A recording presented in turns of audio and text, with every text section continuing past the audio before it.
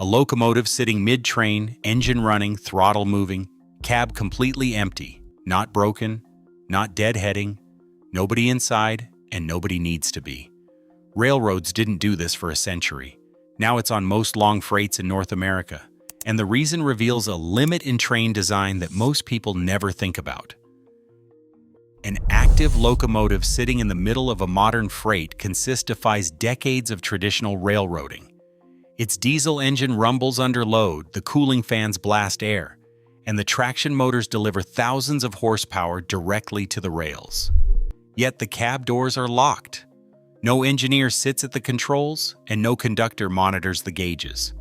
For generations, running a working locomotive required human hands in the cab. Unmanned units placed deep within a train were historically deadheading, switched off and hauled as passive cargo to another yard. Today, these active, empty units are integrated into daily operations across thousands of miles of Class I track. Their rapid adoption across North America changed how railroads move tonnage. To an engineer, the empty cab is a necessary tool to manage the immense physical forces of a modern freight train. In 1980, the average North American freight train measured about 5,000 feet in length, roughly 1 mile. These trains typically carried fewer than 100 cars and were light enough to be controlled entirely by locomotives clustered at the very front. If a train needed to slow down, the air brake signal could travel from the front cab to the rear car in a reasonable time frame, and the physical pull on the steel couplers always stayed well within safe limits. Over the last 40 years, railroad operations underwent a massive structural shift. Today, a standard Class I freight train routinely stretches to double that historic length, frequently reaching 2 miles or more. These massive consists regularly contain 150 to 250 cars, carrying up to 15,000 tons of cargo. This dramatic increase in scale changed train handling from a routine operational task into an intense physical challenge. When a single crew at the front tries to pull a 2-mile consist, the massive weight of the trailing cars places immense tension on the couplers near the front of the train. At the same time, the air brakes at the back of the train suffer from a delayed response. As the physical drop in air pressure takes over a minute to travel down 2 miles of pipe. As trains grew longer and heavier, railroads pushed against the absolute limits of mechanical engineering. Traditional head-end power was no longer sufficient to keep these monster trains aligned on curves or to stop them safely. The physical growth of the train itself forced a redesign of how power is distributed. Distributed power is the operational practice of placing active locomotives at multiple points throughout a single train. By spreading the locomotives, railroads distribute the tractive effort instead of concentrating all horsepower at the front. The unmanned locomotives positioned in the middle or rear of the consist are known as distributed power units, or DPU units. The core technology enabling this configuration is a radio control system, historically and widely known by its trademark name, Locotrol. Under this setup, the mid-train locomotive is radio-linked and slaved to the commands of the lead engineer, responding in real time. When the engineer adjusts the throttle or applies the brakes in the front cab, the control console packages that command into a digital packet. The system transmits this signal over a dedicated VHF radio channel, typically between 452.9 and 457.9 MHz. The receiver on the unmanned DPU decodes the packet and executes the physical adjustment within 1 to 2 seconds. Operating heavy machinery without a crew on board requires absolute system reliability. The entire operation depends on a strict control hierarchy, constant redundancy, and rule-bound, fail-safe behaviors. The system continuously monitors critical safety interlocks, including direction, throttle alignment, dynamic braking, and brake pipe pressure. If the primary radio link between the lead cab and the DPU is lost, the system immediately executes a programmed safety response. Depending on the level of communication loss, the DPU will automatically apply service brakes, hold its current throttle setting, or revert to local pneumatic backup control using the physical brake pipe. This engineering ensures the locomotive defaults to a safe, predictable state. The radio-linked synchronization allows a single engineer at the head end to coordinate multiple locomotives spaced throughout the train, keeping them working in unison. To understand why railroads had to distribute their locomotives, look at the physical connection holding the train together. Every freight car in North America connects to the next using a standardized Janney knuckle coupler, typically the AAR Type E. These heavy cast steel components, which resemble interlocking hands, are designed to transmit immense pulling force from car to car, but they are made of steel, and even steel has absolute physical limits. The Federal Railroad Administration mandates a minimum tensile strength of 120,000 pounds per square inch for the Grade E cast steel used in these couplers. A common high-strength model, the Stratomax, is manufactured to withstand an average tensile strength of 127,000 pounds per square inch. In daily operations, this engineering gives a standard coupler a rated service strength of roughly 390,000 pounds. When a train operates with all its locomotives clustered at the front, the entire weight of the consist must be dragged by the coupler of the very first freight car. Every ounce of resistance, friction, and weight from the thousands of tons of trailing cargo concentrates at this single point. On a modern 2-mile train weighing 15,000 tons, the force required to pull the consist easily approaches the physical boundaries of the coupler's capacity. The core issue is not speed, but the extreme longitudinal tension placed on this metal chain. If the locomotives at the head end apply too much force, the draft gears and couplers near the front are subjected to forces that exceed their design limits. When the tension crosses that critical threshold, the steel knuckles will deform, shear, and violently snap.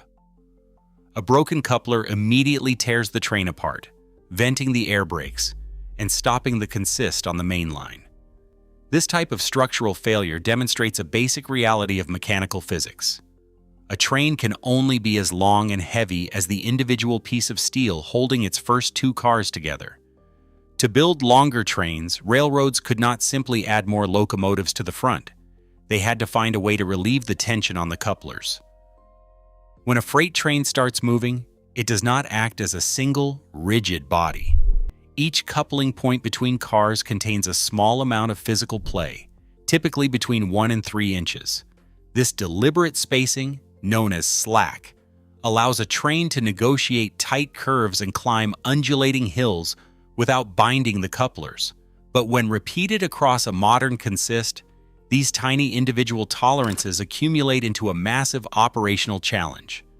On a train stretching over 150 cars, those few inches of play at each connection stack up to create 12 to 38 feet of total free movement, from the front locomotive to the rear car. When the engineer at the head end advances the throttle, the lead locomotives pull forward, sequentially taking up the slack. The movement travels down the line like a physical shock wave. By the time this wave of tension reaches the rear cars, the front of the train may already be moving at several miles per hour while the last cars remain completely stationary. This sudden, violent transition from rest to motion is known as runout. The sudden jerk of this runout acts as a hammer blow capable of shearing steel couplers and tearing the train apart. The opposite phenomenon, known as run-in, occurs during braking or deceleration. When the head-end locomotives slow down, the trailing cars keep rolling forward due to their immense momentum. One by one, the couplers compress. This sequential collapse of slack sends a massive compressive shock wave rippling toward the front of the train. Behind the couplers, each car utilizes a draft gear, a heavy-duty spring or hydraulic cushioning unit designed to absorb these shocks. However, on ultra-long trains, the sheer volume of kinetic energy can easily overwhelm these cushioning units.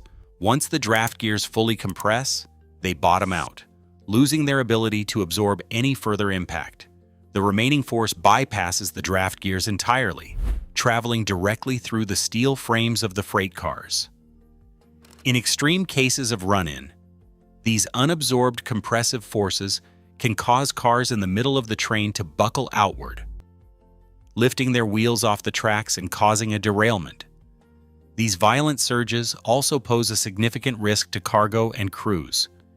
Inside the boxcars, the force of slack action can shift heavy machinery, snap securing straps, and destroy fragile freight. Although modern crews sit in the relative safety of the lead locomotive cab, they still feel the physical impact of thousands of tons running in behind them.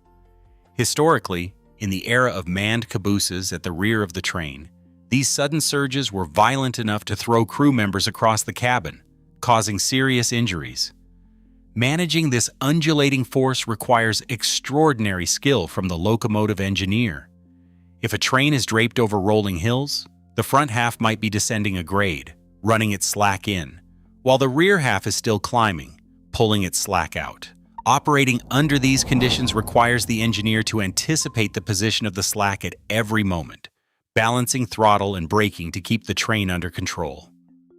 A train's braking capability is bound by the physical laws of pneumatics. Unlike a modern passenger car, where stepping on the pedal sends a near instantaneous signal to all four wheels, a heavy freight train relies on air pressure traveling through a single continuous pipe. This brake pipe runs the entire length of the consist, connecting every car from the head-end locomotives to the very last hopper.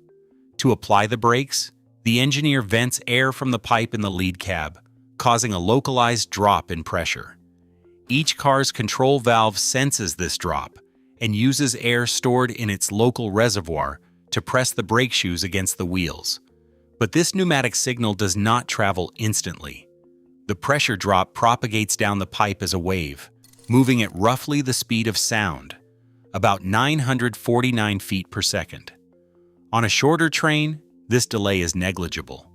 On a modern 2-mile consist, the physics of air propagation present a severe mechanical barrier. Federal Railroad Administration tests quantify this delay with high precision. In controlled Phase 2 rack tests, a 100-car train experienced a 46-second propagation delay before the rear brakes responded. On a 200-car train, that delay stretched to 100 seconds. This latency forces a long train to fight itself during a stop.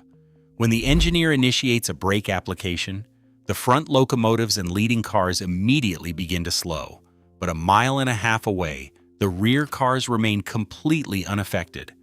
For over a minute, thousands of tons of unbraked cargo continue to hurtle forward at track speed, propelled by their own immense momentum. The front of the train acts as a physical barrier, while the rear acts as a massive battering ram, pushing against the slowing head end. This imbalance compresses the couplers and draft gears sequentially, sending high-energy shock waves throughout the consist. The train must absorb these immense internal forces, turning a standard braking procedure into an engineering struggle against the limits of compressed air. Placing an active locomotive in the middle of a consist completely changes the physics of the train. Instead of the lead couplers dragging 15,000 tons of dead weight, the mid-train DPU splits the physical load. It pushes the cars immediately in front of it and pulls the cars coupled behind, distributing the tractive effort across multiple points. In technical demonstrations of the Locotrol system, activating this mid-train unit reduces the draft force on the head-end coupler from over 400 kilonewtons to under 150 kilonewtons, a drop of more than 60%. This mechanical relief ensures that longitudinal tension remains safely below the 390,000-pound service limit of a standard Janney coupler, preserving the integrity of the steel knuckles. This dual origin control is even more critical when slowing down. In a traditional setup, the pneumatic brake signal is a physical wave of air pressure traveling down the pipe at 949 feet per second, leaving the rear of a long train completely unbraked for up to a minute. With distributed power, the engineer's braking command is converted into a digital packet and broadcast over dedicated VHF radio channels between 452.9 MHz and 457.9 MHz. The mid-train DPU receives this signal in less than a second and immediately vents its local brake pipe. By initiating a second pressure drop from the middle of the consist, the pneumatic propagation distance is effectively cut in half. The rear brakes apply almost simultaneously with the front, preventing thousands of tons of trailing cargo from running in like a battering ram against the slowing locomotives. Federal Railroad Administration rack tests show this synchronized braking reduces stopping distances by up to 1,200 feet for a 100-car train. Spacing power throughout the train turns a single, volatile chain of steel into a balanced, highly responsive machine. When a long train encounters mountain territory, the physical challenge shifts from a straight-line pull to a complex geometric puzzle. Grades and sharp curves transform longitudinal tension into hazardous lateral forces. As the lead locomotives drag thousands of tons of cargo through a tight curve, the tension along the coupler chain acts like a tightened string on a bow. The extreme pulling force tries to straighten the train, pulling it off the curves inward toward the center of the arc. This phenomenon, known as string lining, exerts massive lateral force against the inner face of the rail, threatening to roll the steel track or lift the wheels directly off the rails. In steep mountain corridors, the threat multiplies. A train draped over undulating grades can experience pulling forces at the head end that easily trigger a string-line derailment on a curve. Placing an active locomotive in the middle of the consist alters this geometry. By inserting a distributed power unit mid-train, the railroad shortens the continuous path of longitudinal force. The middle unit pushes the cars directly ahead of it, converting a massive tension vector into localized compression and neutralizing the lateral pull through the curves. Long before radio waves carried throttle commands to empty cabs, railroads solved the problem of steep mountain grades through physical coordination. They established helper districts, strategic stations situated at the bases of major mountain passes. Here, dedicated fleets of helper and pusher locomotives stood by, waiting to assist heavy trains up the steep slopes. Unlike a modern distributed power unit, every helper locomotive in the mid-20th century was fully manned. A standard helper crew consisted of 2 railroaders, an engineer to handle the controls, and a conductor to manage operations and communications. The operational process was slow and labor-intensive. When a heavy freight train arrived at the base of a grade, the engineer stopped the consist on the main line. The helper crew backed their locomotive up to the rear of the train, positioning and locking the couplers. Next, the crew manually connected the heavy air hoses and MU cables between the helper and the train's caboose or rear car. A mandatory brake test followed to verify pneumatic pressure and link integrity. Once at the summit, the process reversed. The train had to stop again so the helper could be uncoupled. The crew manually disconnected the airlines, reconnected the train's end-of-train device, and released the couplers. The helper locomotive then ran back down the mountain, lightheaded, to wait for the next heavy climb. This constant stopping, coupling, and uncoupling consumed hours of track time. It also carried significant financial costs. In the 1980s, hiring a helper crew cost $70 to $90 per hour in wages and benefits. Adding a manned helper to a run could increase the variable cost of a train mile by up to $250, impacting a railroad's operating ratio. By shifting to radio-controlled distributed power in the late 20th century, railroads saved roughly $120 in crew costs per train mile, eliminating the need for manned helper crews altogether. The economic logic of distributed power quickly expanded beyond mountain passes. What began as a tool to conquer steep grades became the foundation for a total restructuring of North American rail freight. In the mid-2010s, Class I railroads widely adopted an operational strategy known as Precision Scheduled Railroading, or PSR. This model prioritizes efficiency, aiming to keep locomotives and cars moving constantly on fixed schedules rather than waiting for yards to fill up. Under PSR, The primary benchmark of financial health is the operating ratio, the percentage of revenue consumed by operating expenses. To drive this ratio down, corporate planners realized they needed to move more freight with fewer resources. The most direct path to this goal was running fewer, longer, and heavier trains. Instead of dispatching 3 separate 90-car trains, each requiring its own 2-person crew, a railroad could combine those shipments into a single massive consist stretching 2 to 3 miles. Distributed power was the key that unlocked this operational model. Spacing active, unmanned locomotives mid-train and at the rear allowed a single head-end engineer to safely handle the extreme physical forces of these consolidated runs. The system distributed the pulling power and synchronized the air brakes, keeping coupler tension and slack action within safe tolerances over thousands of feet of steel. The resulting operational gain was immediate. By consolidating cargo, railroads moved significantly more tonnage with fewer crews, drastically lowering labor costs. It also reduced the total number of locomotives required on the network, as fewer active trains meant less idle equipment clogging yard tracks. By shifting distributed power from a localized engineering fix to a core business strategy, Class I railroads transformed a technical capability into an economic driver.